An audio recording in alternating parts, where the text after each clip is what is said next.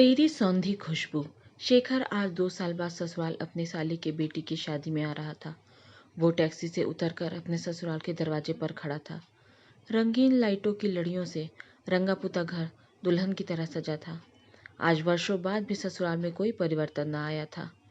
पहली बार जब वह ससुराल शिवानी को देखने आया था, तब शिवानी के सीधे लंबे केश व गोरे रंग पर पहने नीले रंग के शरारे कुर्ते में वो गजब की सुंदर लग रही थी। माँ बाबूजी के कहने पर दोनों को 10 मिनट अकेले बात करने का मौका दिया गया था। उस पल ही शिवानी की सादगी भरी मीठी वाणी का शेखर कायल हो गया था। दोनों की रजामंदी व बड़ों के आशीर्वाद से शिवानी व शेखर की शादी हो गई। शेखर शिवानी को पाकर बहुत खुश था। शेखर ही क्यों, घर परिवार का हर सदस्य शिवानी के व्यवहार, उसकी बोली के साथ खुश थे।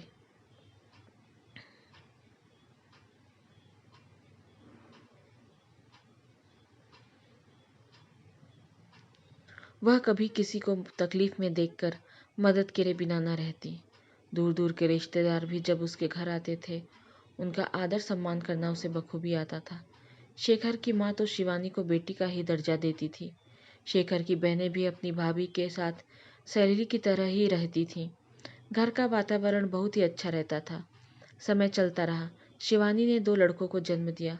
अपने दोनों बेटों में भी शिवानी ने ऐसे संस्कार दिए कि वह भी सभी का सम्मान करते थे। शेखर को किसी प्रकार की कोई तकलीफ न थी। बेटी भी बड़े होकर नौकरी करने लगे। हर तरफ खुशहाली ही खुशहाली थी। अपने दोनों बेटों की शानदार शादी कर शिवानी व राजन तीर्थ यात्रा भी कर रहा है। शिवानी उसे राजन को प्यार से राजन कहती थी। प्यारी बहुरानियों ने पीछे से घर को बहुत अच्छे से संभाला। अपनी बहुओं को भी शिवानी बेटी की तरह रखती थी। अपने हर मिलने वाले से अपनी बहुओं की तारीफ करती। शेखर अपनी शिवानी की यादों में खोया दरवाजे पर ही खड़ा रह गया। तभी शेखर के साले साहब जो बाजार से आए थे, उन्हें खड़ा देखा अपना सामान उठाकर अंदर ले गए। शादी का माहौल था। सभी ने शेखर का स्वागत किया और पास बैठकर बातें करने लगे। चाय पानी के साथ बातें चलती रही। सभी शिवानी की ही बात कर रहे थे। आज शिवानी वहां न होते हुए भी वहां थी।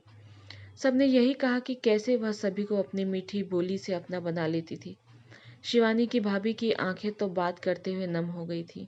साड़ी के किनारे से अपने आंसू पोंछते हुए वह काम का बहाना लेकर वहां से चली गई। हर तरफ शिवानी की यादें थी। आज उसे ये बात सच प्रतीत हो रही थी कि इंसान के जाने के बाद लोग उसका व्यवहार ही याद करते हैं। इंसान का व्यवहार उसकी असली पहचान होती है, चाहे वह कितना भी अमीर हो।